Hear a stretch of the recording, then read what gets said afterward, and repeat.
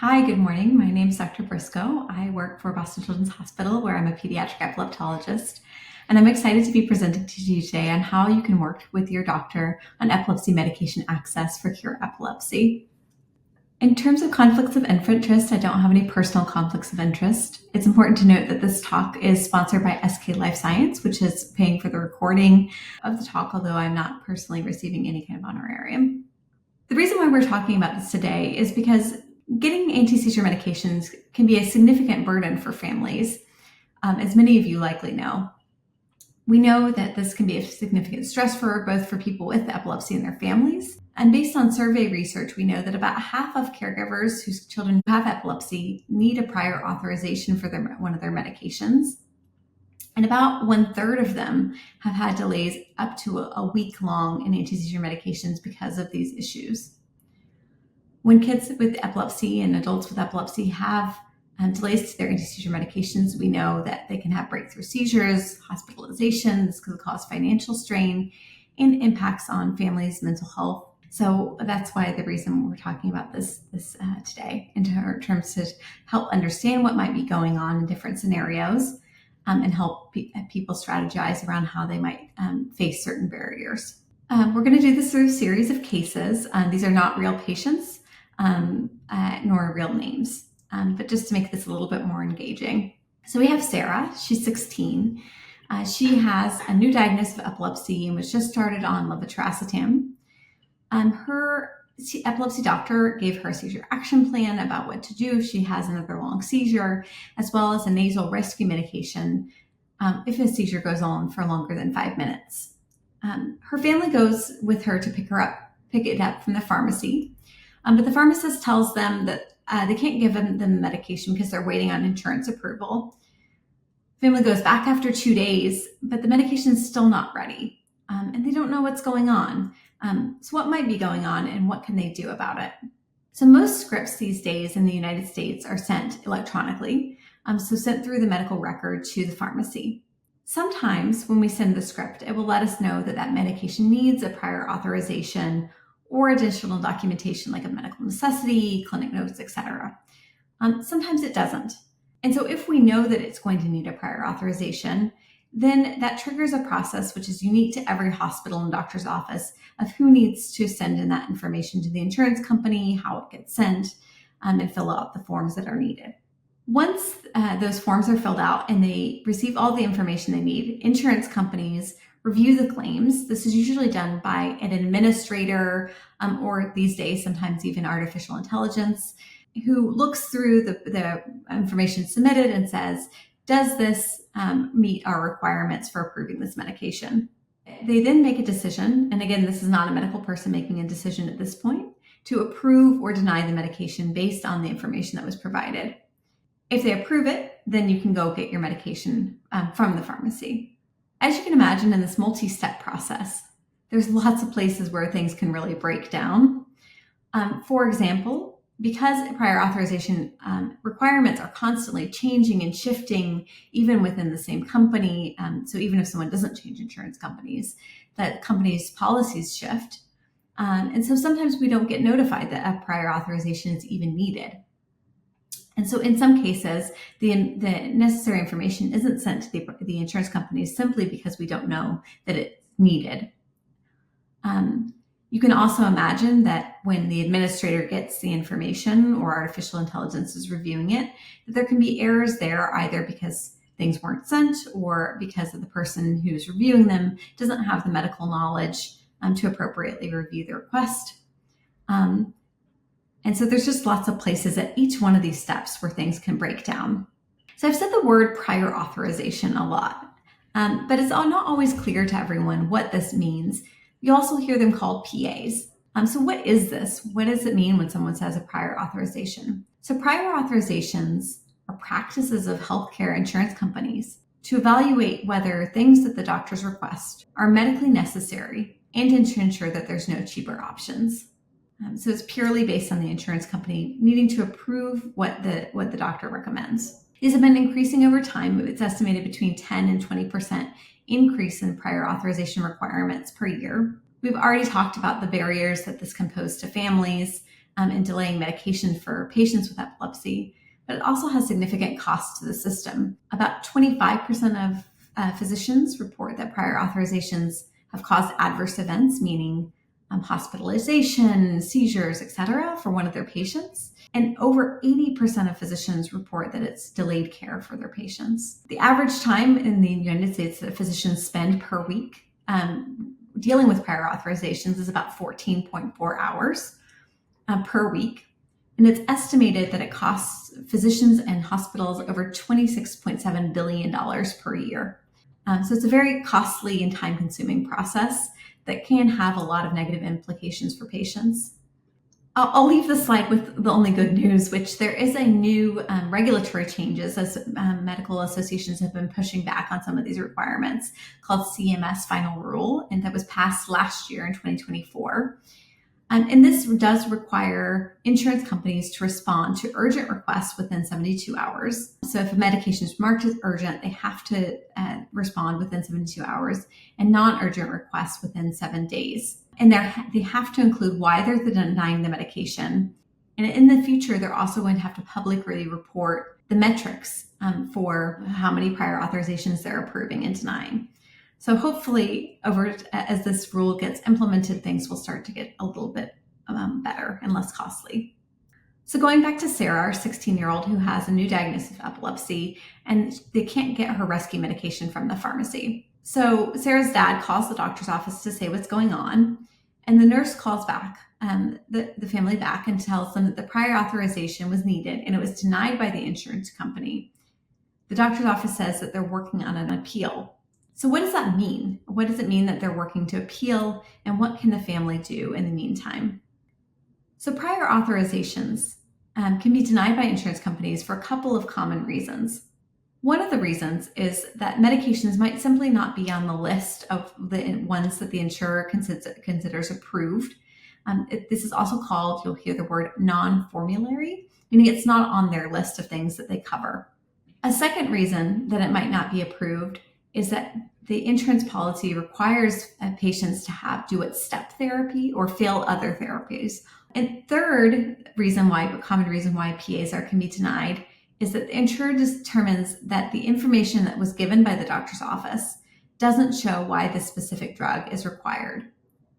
The term you'll hear for this is that there's a lack of documented medical necessity, is the jargon that people will use for that. And then the final but very common reason is just documentation, that there's not the right match between what the insurance company is looking for in the medical notes and what was sent to them. Now, when a prior authorization is denied, what does an appeal look like? What happens? So first, when a denial is issued, the doctor's office can request what's called an internal appeal, which can take two forms. First, they can submit additional documentation. So like you can imagine that if they just need an updated diagnostic code or another piece of paper, that might just be sufficient to get the prior authorization approved. That's not in all cases though. And so in some cases, the doctor will need to request a peer-to-peer. And so a peer-to-peer is when the doctor's office will schedule a call between the insurance company and the treating physician. That's what a peer-to-peer is called.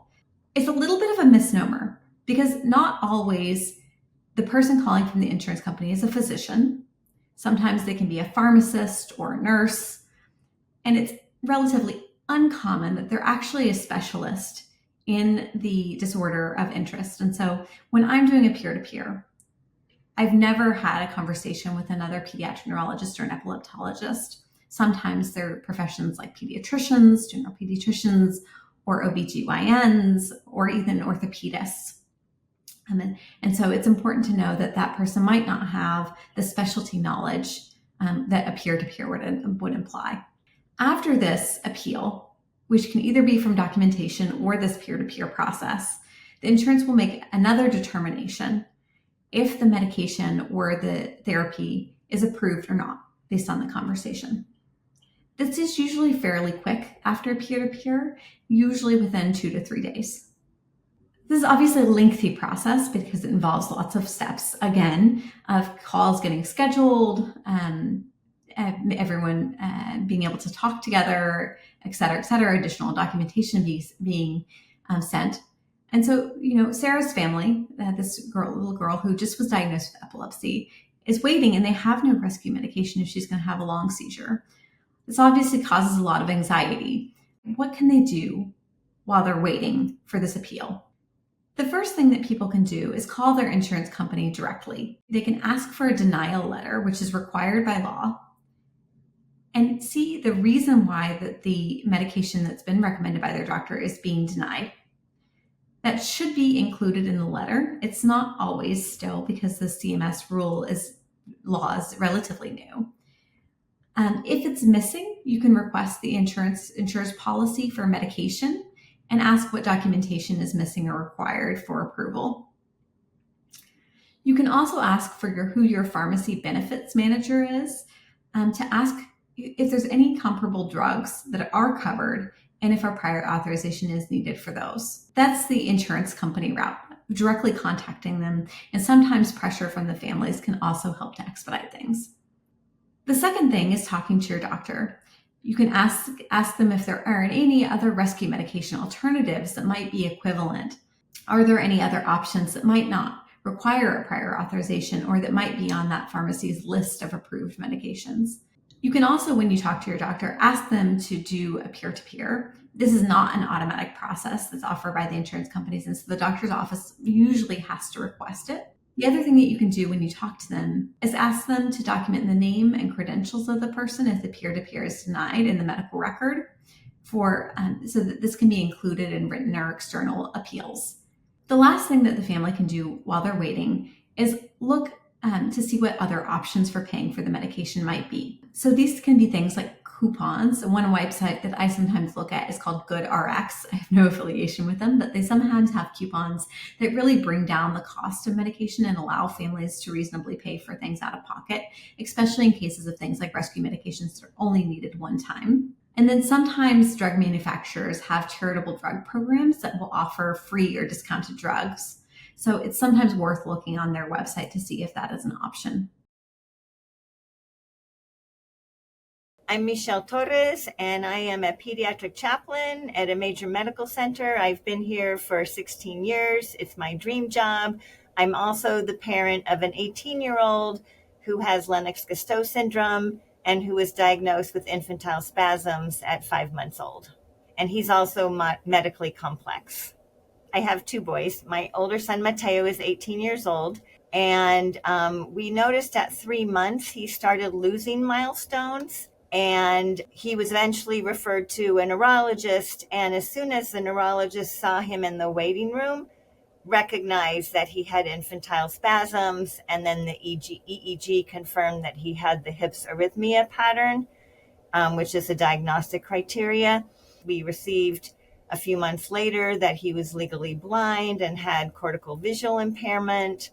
We also learned he was aspirating and needed to get a G-tube.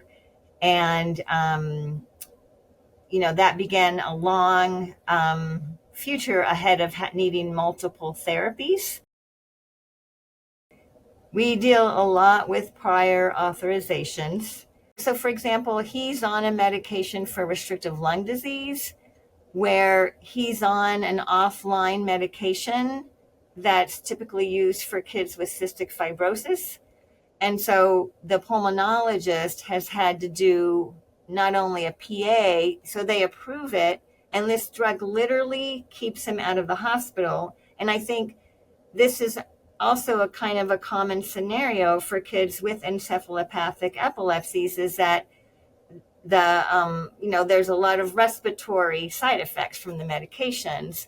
And if there's low tone, which often come with encephalopathic epilepsy, that impacts your breathing, right? And so Mateo was having admissions for aspiration pneumonia almost every month. But then when we started a particular antibiotic neb that was used for kids with cystic fibrosis, this was a game changer. And we alternate with another antibiotic med every 28 days, and it kept him out of the hospital. So the insurance would approve him, and then with no warning, they would say, It's no, basically the PA expired, but now the doctor had to do a physician to a physician appeal.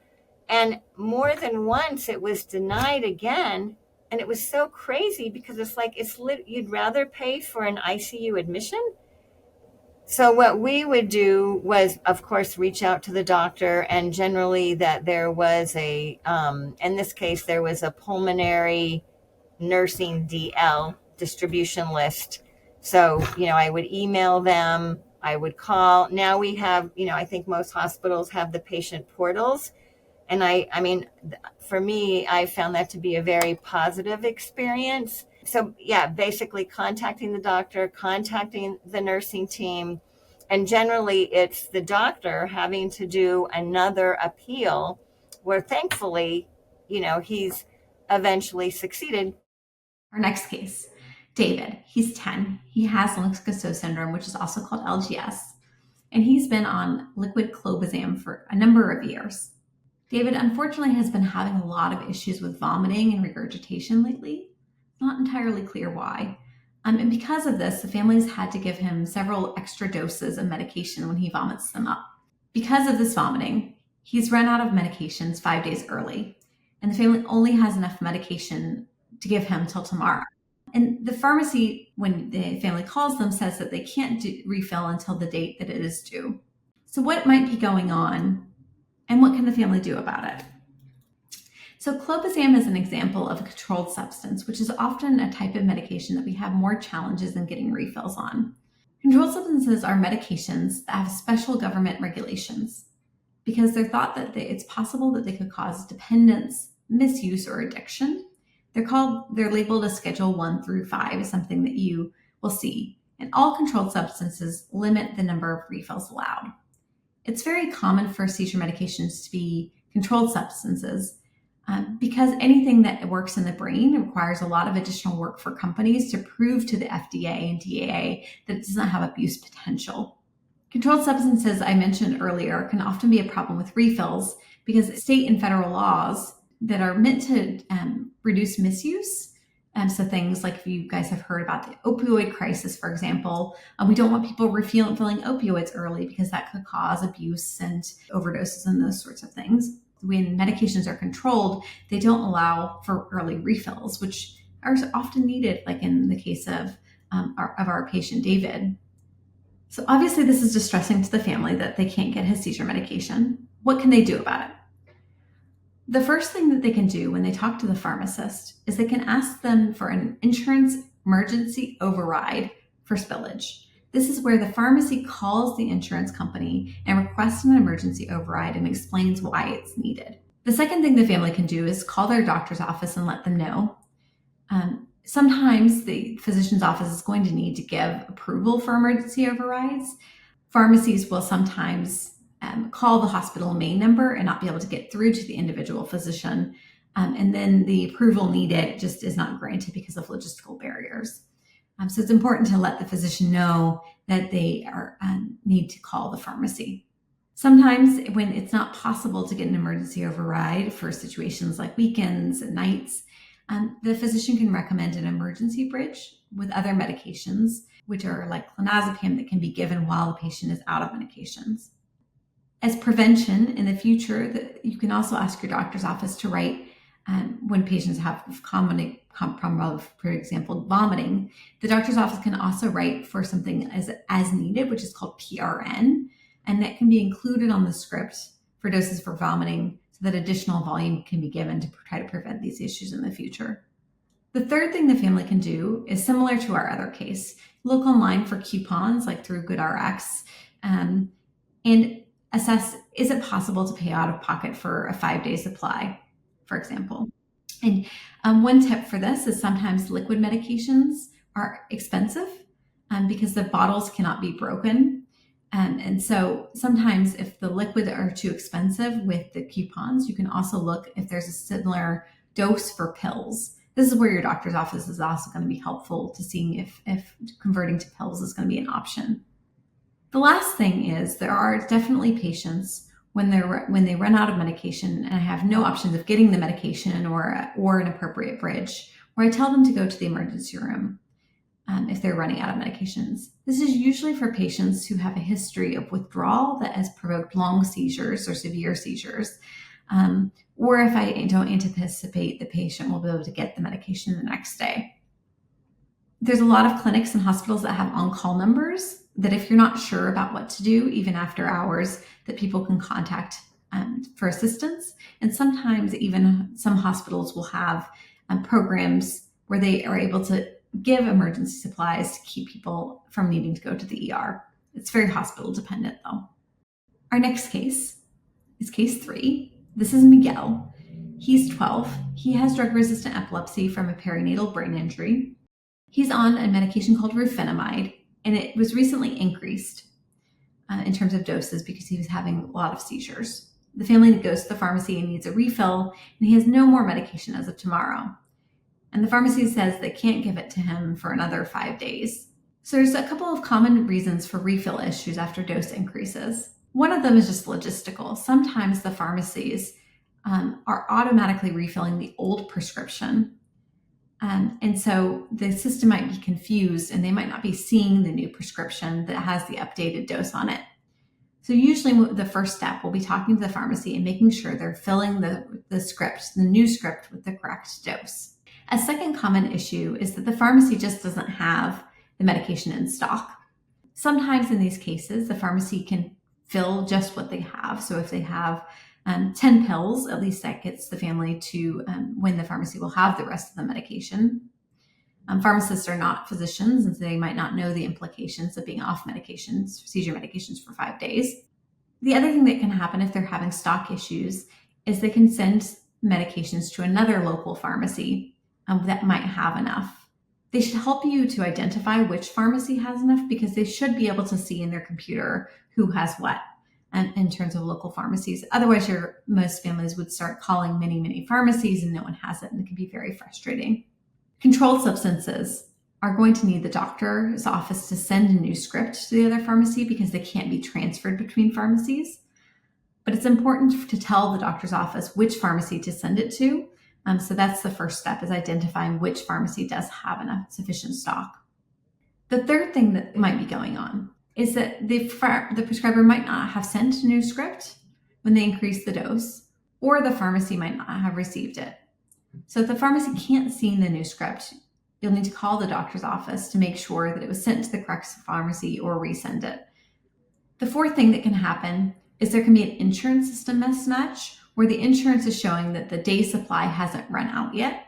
In this case, the pharmacy needs to contact the insurance company with a dosage increased date, so what date the medication dose was increased on, and they might need to call the doctor's office to verify this. The last thing that might be going on is that some insurance companies, when they approve a prior authorization for a medication, limit the number of pills that can be distributed per month. So it's possible that the rufinamide for our patient is not able to be given even if they have it in stock, because they need a new prior authorization for the higher dose. The insurance company needs to say that they approve 120 pills instead of 80 pills. This will need to go through all of the same processes as the other cases. And so you can imagine that an emergency plan would be needed in these situations that would be similar to the other cases where people have run out of medications in our other prior 2 cases. So lots of things that might be going on, and really gets to that the first step when there's medication issues is making sure that the pharmacist can tell you exactly what the issue is. So let's say for Miguel, it's 6 p.m., the insurance company is closed, and the medication needs a new prior authorization. What can the family do? If the insurance company was open, they could ask the pharmacist for an emergency override, just like they had for the other cases. So that sometimes can get you through to when the PA will be approved. The second thing, similar to the other cases, is calling the doctor's office to let them know, again, because sometimes approval is needed for emergency overrides, or the provider can give you an emergency bridge with medications like lorazepam or clonazepam that can help avoid dangerous seizures during the time that he's out of the rufinamide. Third thing you'll see, which is similar, is checking for coupons, assessing ability to pay for out-of-pocket. looking at pills if liquid is too expensive. And then the fourth thing was similar to our last case. When all else fails, all patients are still protected from coming to the emergency room if you're worried about a severe neurologic complication like status epilepticus or severe withdrawal seizures from medication if there's no other options. So what can family do to potentially prevent this from happening again? The first thing we always tell all of our patients to do is that all refills should be requested 5 days before running out. Why 5? Why not 7 or 10 or 14? For controlled substances, which many anti-seizure medications are controlled, if you request the refill more than 5 days before, it will generate an automatic denial from the insurance company because of those problems with controlled substances that we talked about before. 5 days does give enough time for the prescriber's office to approve it and the pharmacy to fill it if there are issues like a new prior authorization being required. And it's especially important to try to be at that 5-day mark after a dosage change, weekends, holidays, that sort of thing, where there might be more issues. It's important not to rely on what the application or website says in terms of when you'll be able to refill, because these might not be accurate. Especially for critical medications like anti-seizure medications, it's important to call or go in person to the pharmacy to request these. The last thing, which is a little bit easier than calling 5 days before every time that you run out of medication, is a lot of pharmacies have automatic refill options that can help to decrease this burden. These might not work, though, if there's been dose increases or that sort of thing. So it's a good option to help prevent the day-to-day, but might not work in all situations.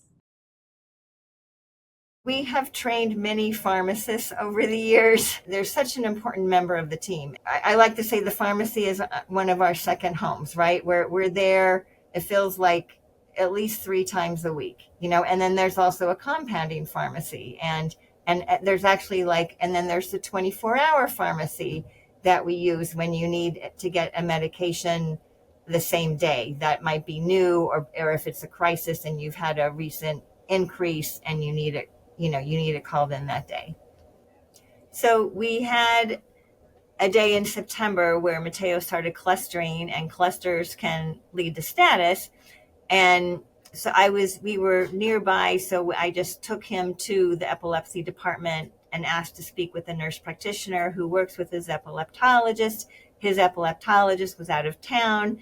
We consulted with the covering epileptologist who wanted to increase his clobazam doses. And so he was currently getting a dose once a day, and he wanted to add a second dose. The pharmacist that we work with regularly has very limited hours, and it was 5 p.m. and I knew there was no way the prescription was going to arrive in a timely fashion where we could pick it up. So I was aware that there's a 24-hour pharmacy that's close by, and I asked the doctor to call it in there. When I filled the medication then the same day, they informed me that you now have to refill this medication here unless the doctor calls in a separate script into the original pharmacy. So that was in September. And then this weekend, there was a lot going on, and we suddenly realized we're low on the clobazam. When I woke up this morning, I remembered it's at the 24-hour pharmacy. I called early, and, with all the automation, you have to leave a voicemail. Eventually, the pharmacist calls you back. She said the primary insurance had approved it, but Mass Health had denied it, but she would call me back. I waited an hour, no call back. So then sometimes you just have to go in person. It will simplify and expedite things. I get to the pharmacy, and she, was kind of flustered. And I said, why don't we call Mass Health? She called Mass Health and, was able, because she was able to get it approved. And so it is helpful to kind of, if you have a pharmacy with limited hours, to also know, is there a 24-hour pharmacy? Because that does come up. Our last case, so Francesco, he's 9 months old. He has infantile spasms and is on a medication called vigabatrin. There's a national back order of the branded medication, we'll call it X, And the pharmacy has informed the family that their shipment is going to be up to a week late of the vigabatrin. He's going to run out of medication in this time. The family calls their neurologist per the prior slide's advice, and the neurologist prescribes a generic version of this medication. But when the family calls the pharmacy to help arrange the generic version of vigabatrin for delivery, the pharmacy tells them that he's not approved for the medication. They ask about options for paying out of pocket. In just a 7-day supply of this medication is $1,000. So that's not going to be an option for them. So what might be going on, and what can the family do about it? So what are branded versus generic medications? These terms get thrown around a lot. What do they mean? So brand is a drug that's under patent protection. This is when a manufacturer or drug company makes a drug, they get a patent for X number of years, up to 20, that gives them the exclusive rights to manufacture and produce under the brand name. A generic medication is a medication that's marketed after the brand's patent has expired. Not all branded medications have generic. Somebody has to be interested in making a generic version of the brand medication. So there are branded medications like ACTH that don't have a generic alternative. And so the only person that's producing them is that manufacturer. The third category, which is even more confusing, is there's something called a branded generic, which is essentially a generic drug where a manufacturer wants to put their label on it. So it's a brand name, but it is a generic medication. So what's the difference between a brand and a generic, and what does this all mean for the patient? So a generic drug has the same active ingredient, same dosing, same safety strength, same quality, same way it works, the way it should be taken, same way it should be used. So there's no differences in terms of branded or generic in terms of all of that active ingredient or dosing. Generic medications are FDA approved, so have to go through that whole rigorous process, and they're usually cheaper than the branded medications in most cases, although they can be still quite expensive. They can differ though in non-active ingredients. So those are like fillers, what else is in them to make up the rest of the pill. It's usually not a problem for most patients, but there have been some patients that are very sensitive to certain fillers or may need a branded medication because they don't react well to the generics, or vice versa. So going back to Francesco, what might be going on with him? Even though the brand generic vigabatrin have the same active ingredient, for the insurance company, they don't automatically treat them as being the same, which is confusing, right? They have the same thing in them. And so it may be an insurance issue, which is what the pharmacist alluded to. So possibilities for this. So vigabatrin, it has a special patient protection program called REMS. And sometimes the pharmacist can get an error if the REMS form hasn't been transferred from brand X to generic Y. So sometimes it's just a matter of the pharmacist or the physician needing to transfer a form. The second thing that might be going on is that the in-current insurance coverage, the prior authorization that was provided, is brand specific. So they approved brand X, but they haven't approved the generic. The third thing that might be going on is the pharmacy might not have the generic medication, so it needs to be sent to a different pharmacy. So what can the family do about it? They can ask the pharmacist what the issue is to clarify. Does it need a REMS? Does it need a prior authorization? Do they not have the medication? Similar to our other scenarios where it's important to clarify exactly what's going on. The second thing they can do is ask the pharmacist to make sure that they've called the pharmacy benefits manager to request an emergency supply override. This is similar to our spillage scenario where the pharmacist can contact the insurance company due to manufacturer shortage to say that they need to dispense the generic. This process should be automatic, but isn't always. They can also alert their doctor's office if they need to send the medication to a different pharmacy. And sometimes the pharmacist can do a temporary override once the prescriber documents the shortage. So sometimes they might need that documentation before they can process the override. The third thing they can do is call their insurance member services line and request the temporary override themselves for emergency supply due to manufacturer shortage directly. And then the fourth thing is that they can see if there's any compassionate use programs through branded medications, or if the hospital might have an emergency supply that they can help them with. So you're seeing a lot of themes across these scenarios, I'm hoping, about different issues that have similar strategies to help resolve them. So we have had certain seizure meds where the epileptologist has said you need to have the name brand. And we have had generics where, and I'm trying to remember which seizure med it was, but at the time, there were like 5 different generics of this particular medication. And so there was one particular generic that the continuity was important in terms of the effectiveness. And so if the pharmacist left and a new pharmacist came on, or somebody was covering, but also just the industry, it seemed like, suddenly there's a new generic, or the store decides they prefer one generic over another for whatever reason. And then you get home, you have to check, right? And then it's like, oh, we got, this is different. So then it's calling the pharmacy and, do they have to get the one that he's been on from another store?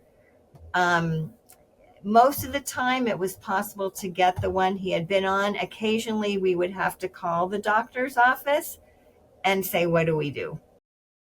We're through our cases. I had a couple of things that people wanted me to quickly mention. So you'll see the definitions here. I'm not going to read them out to you. There can be other barriers to care that we're not going to go through in detail, but just to mention them. One is when people have self-funded insurance plans where the medical claims are paid for by their employer. These may be more restrictive and they have a lot more leverage to not follow state and federal regulations in terms of what they cover and don't. So when people have self-funded insurance plans, they have little recourse for appeals. This is where secondary insurance might be helpful for those patients. There's something called carve-outs, where these employer-sponsored plans may also carve out prescription drug benefits, and they're outsourced. So this can affect a lot of how much people are paying out of pocket, copay, access to medication, and can sometimes be a barrier as well when there's just more intermediaries. High copays. So sometimes a pharmacy benefits plan will technically cover a medication, but the copays can be hundreds or thousands of dollars out of pocket. So just aren't accessible for families, even once they're quote unquote approved.